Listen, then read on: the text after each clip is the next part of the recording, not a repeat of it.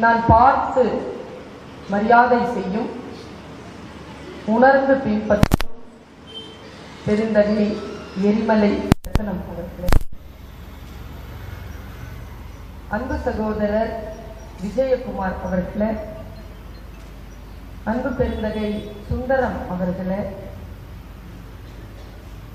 கல்வி உதவித்தொகை பெற வந்திருக்கும், தர வந்திருக்கும், பெறுவதற்கு உதவி செய்திருக்கும் பெருமக்களே, உங்கள் அத்துணை பேரையும் இந்த நல்ல நேரத்தில் வணங்கி மகிழ்கிறேன்.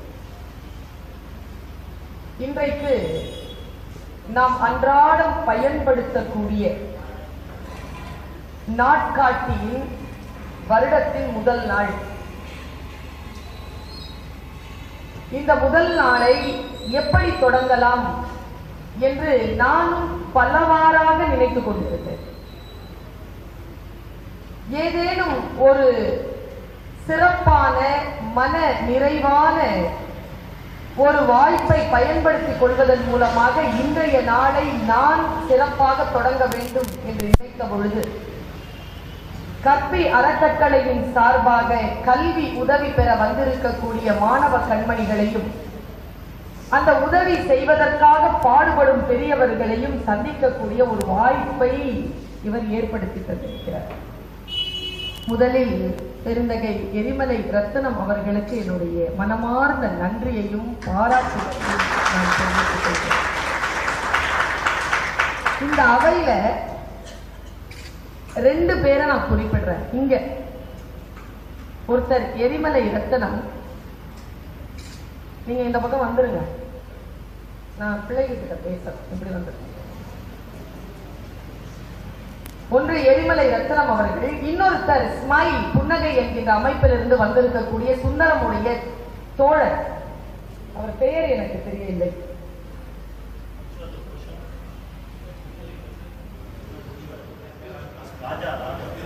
எஸ்பி ராஜா அவர்கள். 2 பேர். இந்த 2 பேரை நான் ஏன் இன்னைக்கு சொல்றேன் அப்படின்னா, ஒருத்தருக்கு வயசு 84, 83 முடியுது, இன்னொருத்தருக்கு 94.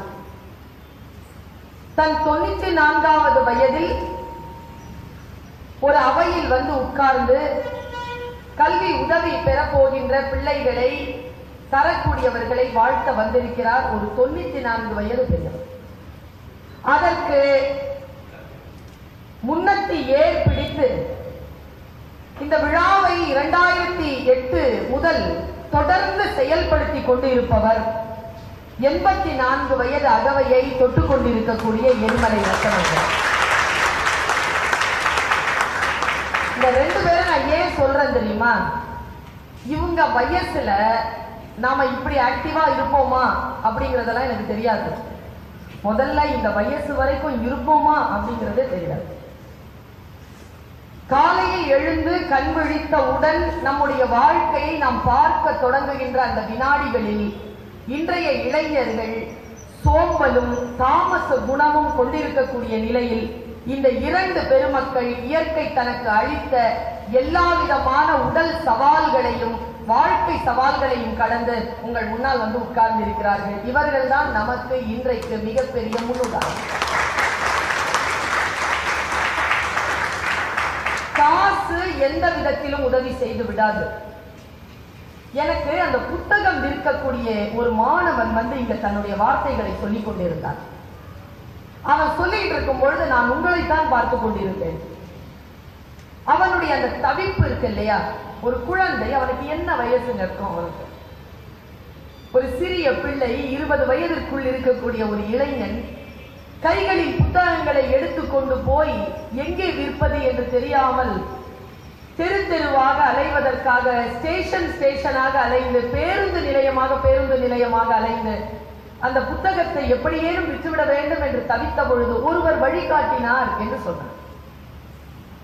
இப்போ என்ன மாதிரி பேசுறதுக்கு இந்த தமிழ்நாட்டில் நிறைய பேர் இருக்காங்க. என்னை விட சிறப்பாக பேசக்கூடியவர்கள் இருக்கிறார்கள். ஆனால் எப்படி பேசுவது என்று பலருக்கு தெரியவில்லை. எப்படி பேசுறதுன்னு தெரிஞ்சுக்கிட்டோம்னா, எப்படி ஒரு விஷயத்தை பயன்படுத்திக் கொள்வதுன்னு தெரிஞ்சுக்கிட்டோம்னா வாழ்க்கையில முன்னேறிடலாம். இங்கே கொடுக்கக்கூடிய சில 1000 ரூபாய் உங்களுடைய வாழ்க்கை இந்த வினாடியில் முக்கியத்துவம் வாய்ந்ததாக இருக்கலாம். ஆனால் என்னை பொறுத்த அளவில் அந்த தொகையினால் நீங்கள் பெறக்கூடிய அந்த புத்தியை, வாய்ப்பை எப்படி பயன்படுத்த போகிறீர்களோ அப்படித்தான் உங்களுடைய வாழ்க்கையுடைய வெற்றி அமையும். அந்த கவனம் தான் எங்களுக்கு. உங்களுக்கு நான் ஒரு விஷயம் சொல்றேன். இந்த உதவி பெறக்கூடிய பிள்ளைகளுக்கு ஒரு விஷயத்தை சொல்றேன். இன்றைக்கு நான் ஒரு பல்கலைக்கழகத்தின் கீழே இருக்கக்கூடிய ஒரு கல்லூரியில் பேராசிரியர். ஒரு கல்லூரியில் ஒரு 10 ஆண்டு காலம் பேராசிரியராக இருக்கின்றவர்களுக்கு என்ன சம்பளம் என்று யூஜிசி போய் கூகுள்ல பார்த்தீங்கன்னா உங்களுக்கு தெரிஞ்சிடும். நிறைய சம்பளம், மாசத்துக்கு நல்ல சம்பளம். அதை விட கூடுதலான சம்பளம் இந்த மாதிரி மீட்டிங்ல பேசும்போது கிடைக்கும். உள்ளூர்ல பேசுறது வேற, வெளியூர்ல பேசுறது வேற. சம்பாத்தியம் எல்லாம் ஒரு பக்கம் இருக்கட்டும், வாய்ப்புகள் எல்லாம் ஒரு பக்கம் இருக்கட்டும். நான் இங்கே உட்கார்ந்து இருக்கக்கூடிய வறுமை கோட்டிற்கு கீழே இருக்கக்கூடிய எந்த ஒரு பிள்ளையையும் நீங்கள் எடுத்துக்கொள்ளுங்கள். அதில் கடைக்கோடி பிள்ளை யாராக இருப்பானோ அந்த நிலையிலிருந்து வளர்ந்து வந்தவர். எனக்கு என் 12வது வகுப்பு வரை 3 வேளை சோறு கிடையாது. மதிய நேரம் சத்துணவு தான், அதுவும் 8ஆம் கிளாஸோட நிறுத்திட்டாங்க. 9, 10, 11, 12 இந்த 4 ஆண்டுகளும் மதிய உணவு இல்லாமல் படித்தவள் நான். இரவு மட்டும்தான் ரசம் சோறு கிடைக்கும். எங்க அப்பா டெய்லர். ராத்திரி 2 மணிக்கு கூலி வாங்கிட்டு வருவார். அந்த பிரதோஸ் ஹோட்டல்ல இருந்து, ராயப்பேட்டால இருக்கு தாஜ் ஹோட்டல், பிரதோஸ் ஹோட்டல்ல இருந்து சின்னதா பிரியாணி பொட்டலம் கொண்டு வருவார். கொண்டு வந்து தூங்கி கொண்டிருக்கக்கூடிய 5 பிள்ளைகளையும் எழுப்பி ராத்திரி 2 மணிக்கு மாதத்திற்கு ஒரு நாள் அந்த பிரியாணி சோறு சாப்பிடும். அதுவும் ஒரு கைப்பிடியோ 2 கைப்பிடியோ தான் கிடைக்கும். வறுமைதான். ஆனால் நான் படிப்பதற்கு எனக்கு யாரோ ஒருவர், எனக்கு யாருன்னே இன்னைக்கு தெரியாது, எனக்கு 600 ரூபாய் என்னுடைய வருட சம்பளத்தை என்னுடைய கல்லூரி, என்னுடைய கல்வி கூடத்திற்கு, பள்ளிக்கூடத்திற்கு 600 ரூபாய் யாரோ ஒரு மனிதர் கொடுத்தார். அந்த 600 ரூபாயை பெற்றுக்கொண்டுதான் இன்றைக்கு நான் உங்கள் முன்னால் நிற்கக்கூடிய அத்தனை கல்வி தகுதிகளையும் பெற்றிருக்கிறேன். அந்த 600 ரூபாய் தான். இப்போ எனக்கு அந்த 600 ரூபாய் இருக்கு. வருஷத்துக்கு 600னா நான் 4 வருஷமா வாங்கியிருக்கேன் அந்த காசை. 2400 ரூபாய். அந்த மனிதரை தேடுகிறேன். யார் கொடுத்தாங்கன்னு தெரியல. இப்போ நீங்க வந்து வாங்குறீங்கல்ல, எரிமலை ரத்தினம் அவர்கள் அதை சேர்த்து தந்திருக்கிறார். அதை யார் கொடுத்திருப்பார்? அதற்காக யார் பாடுபட்டு இருப்பார்கள்? அவர்களுடைய அன்றாடங்கள் எப்படி இருக்கும்? நாம் நம்முடைய பர்சுல ஒரு 10 ரூபாய் வந்ததுன்னா அந்த 10 ரூபாயிலிருந்து எவ்வளவு ரூபாயை அடுத்தவர்களுக்காக, தர்மத்திற்காக செலவழிக்கிறோம்? யாரோ ஒருவர் தன்னுடைய உழைப்பினுடைய காசை நம்முடைய வாழ்க்கைக்காக செலவழித்திருக்கிறார்கள். அந்த காசை நான் வச்சிருக்கேன்.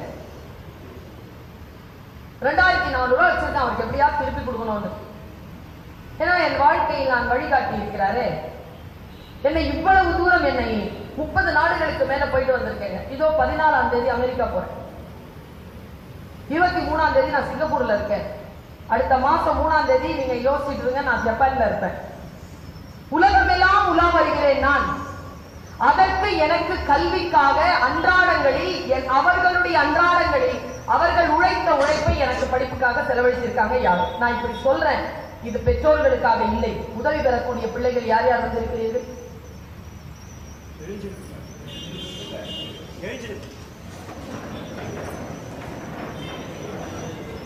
உங்களுக்காக சொல்றேன், உங்களுக்காக சொல்றேன்.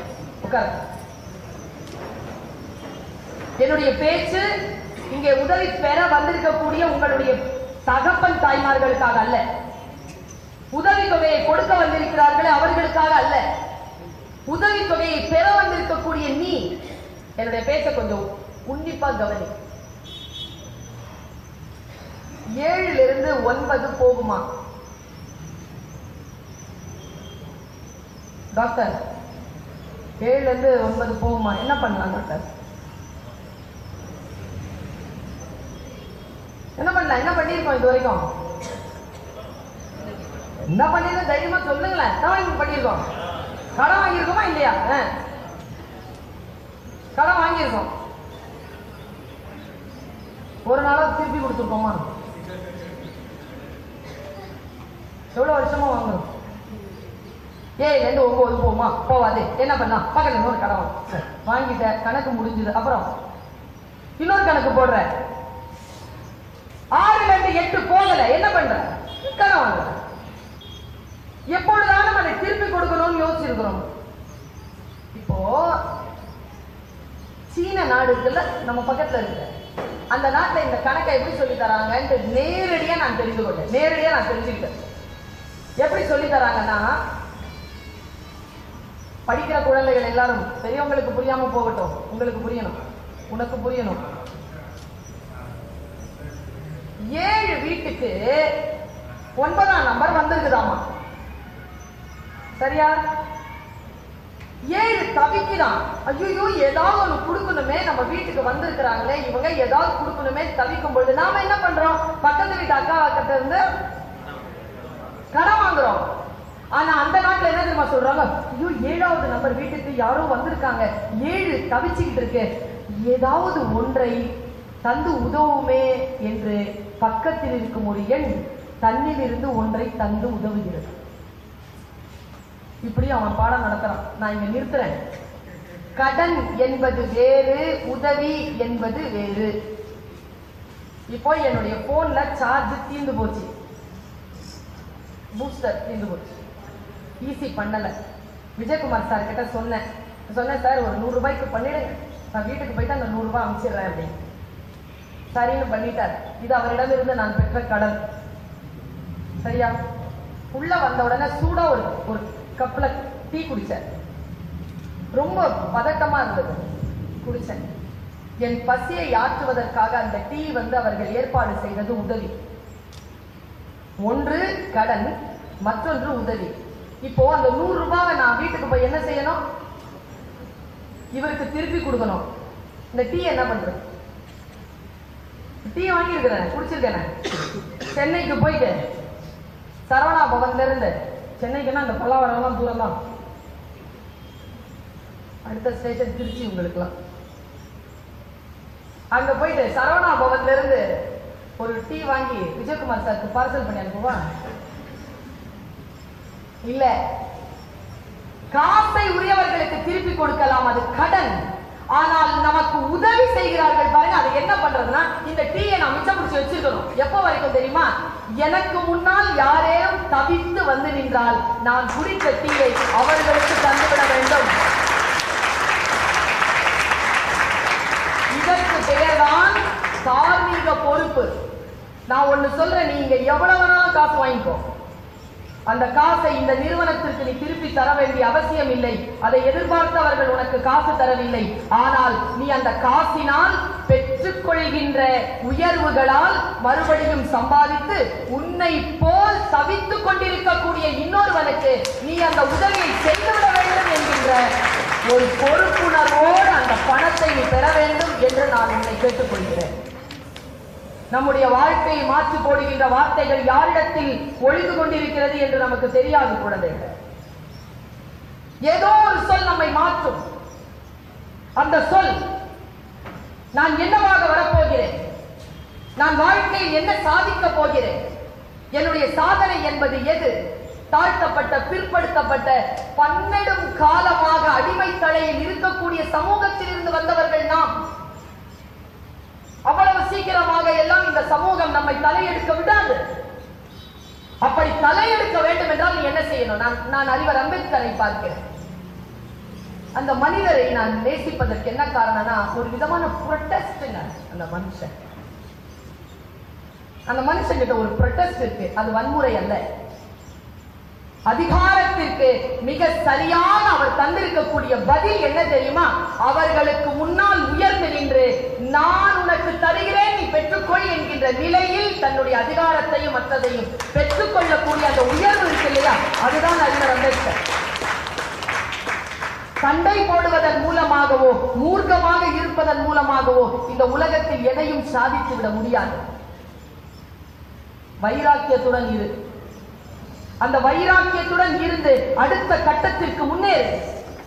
பணம் என்பது பெரிய விஷயம் இல்லை, கல்விதான் முக்கியம். ஒன்றை தெரிந்து கொள்வது முக்கியம். கல்விங்கிறதும் பெரிய விஷயம் கிடையாது. என்ன கேட்டா அந்த பிராக்டிஸ் இருக்குல்ல, அந்த பிராக்டிஸ் தாங்க. இதை இப்படி புரிந்து கொள்ளலாம் என்ற ஒரு விழிப்புணர்வுக்கு பெயர் தான் கல்வி. இப்போ ஒரு யானையினுடைய படம் இருக்கு. இப்ப நம்ம குழந்தைய இவளை கூப்பிட்டு இது என்னன்னு கேட்டா இது என்ன சொல்லும்? அவன் என்ன சொல்வான்? என்ன சொல்வான்?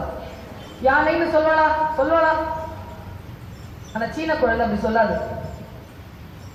சீன குழந்தை என்ன சொல்ல தெரியுமா? இது யானையின் படம் என்று சொல்லும். யானை என்பதற்கும் யானையின் படம் என்பதற்குமான வித்தியாசம் இருக்குல்ல, அதுதான் அடிமைக்கும் அதிகாரத்திற்குமான வித்தியாசம். அந்த அளவுக்கு நம்ம அலர்ட்டா இல்லைங்க. நாம் சோம்பலில் இருக்கிறோம்.